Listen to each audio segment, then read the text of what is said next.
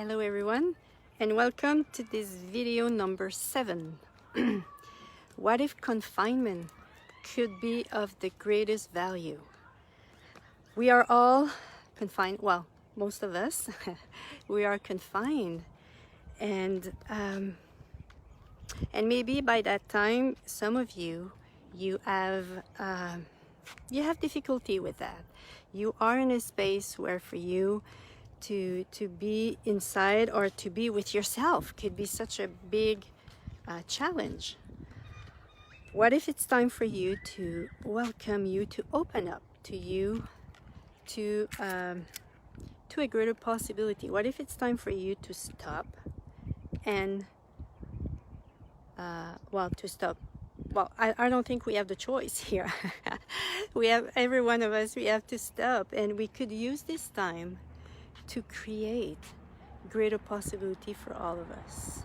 Just imagine if one of us, if each of us, we were functioning from allowing ourselves to be more of who we are. Because hey, we're aware that before the confinement, most of us, we were so busy in our lives, and we were so busy trying to get something, to possess things, or to believing that this is what will make us happy. And once we receive these things, we realize that, whoops, maybe that was not what was required for me to be happy.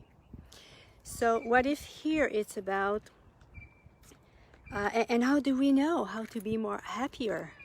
What if it's about stopping and breathing, and what I want to talk about today is to suggest to you, this is this exercise of the candle.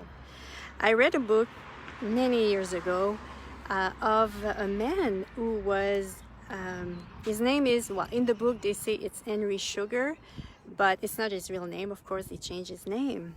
He was the son of a rich dad, of a rich man, and himself, he was rich, and he was not so I would say virtuous. He was not, for him, in life was about getting everything from everyone, taking advantage at people's expense. So for him it was all about winning. And one day he is at his friend's, and whoops,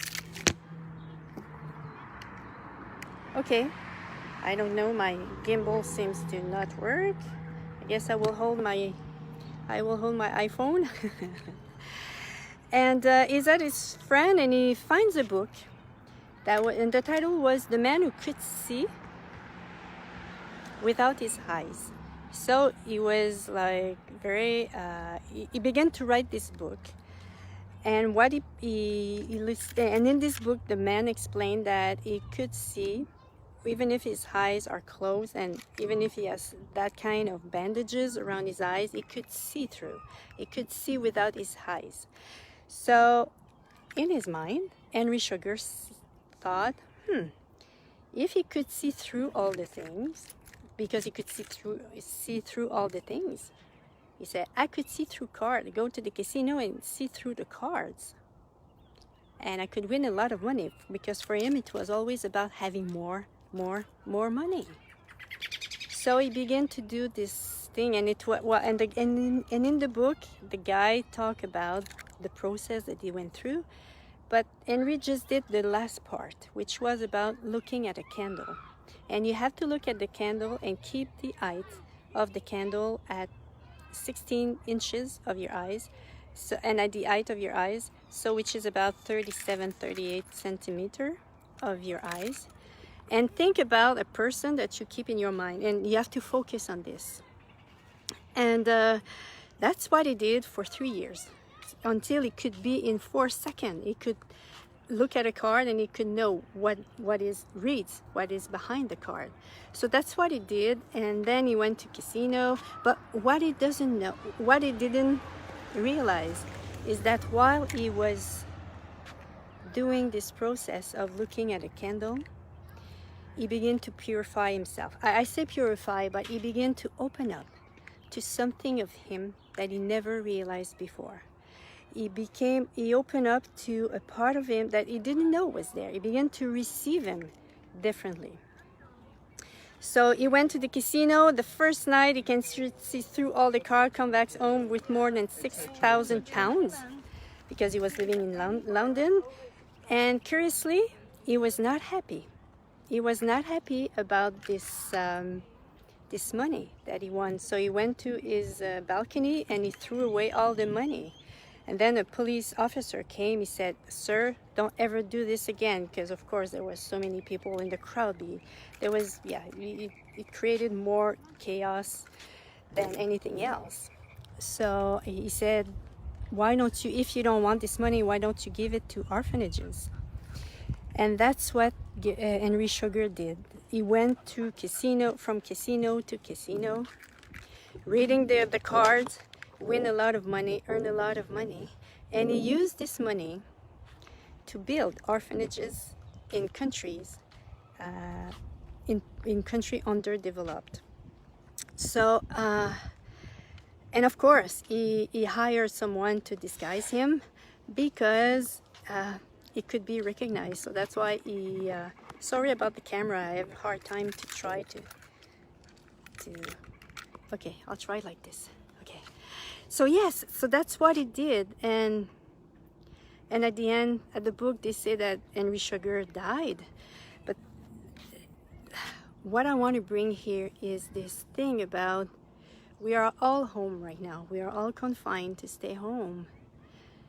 And what if you desire a life that is greater than the one you have right now?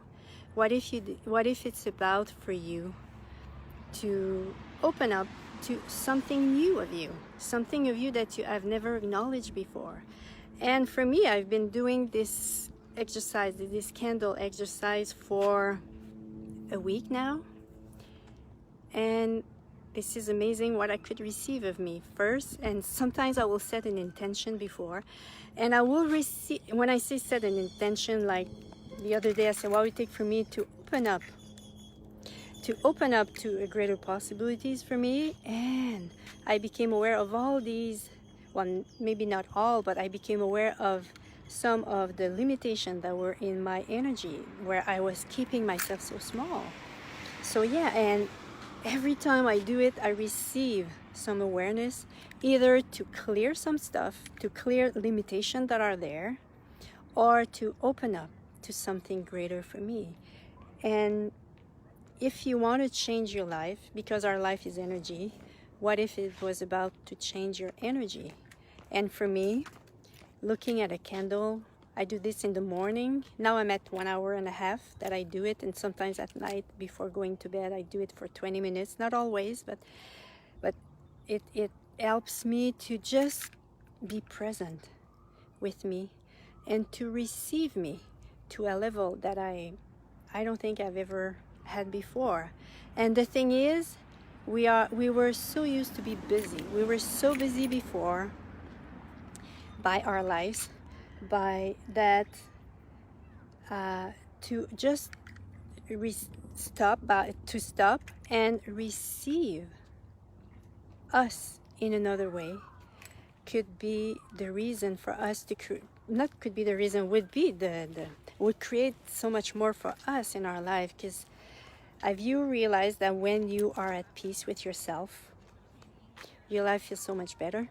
When we are at peace with ourselves, this is often where we receive the awareness for the next step in our lives, or the awareness how to deal with a situation in our life. Yeah. So what if it's about, are you ready to welcome, or to open up to a new you, and not that the you that is there is wrong. It's not what I mean. Oh, thank you, Martine. And not for that it's wrong to be who you are, and what I want to say here is about, are you ready to open up to a greater you that will allow you to create a greater life? Because I don't know for you, but for a lot of people, their life is not really what they desire. Their life doesn't look like what they know possible. And what if with that exercise of with this candle exercise will help you to open up to greater possibility? What if it was starting from you? Because we heard so many times, the answers are in you. The answers are in you. And what if this candle exercise could, help you to create that in your life? This is a possibility. Are you going to choose it or not? Hey, you are the one who is choosing. Will you choose it? Thank you, everyone. Bye-bye.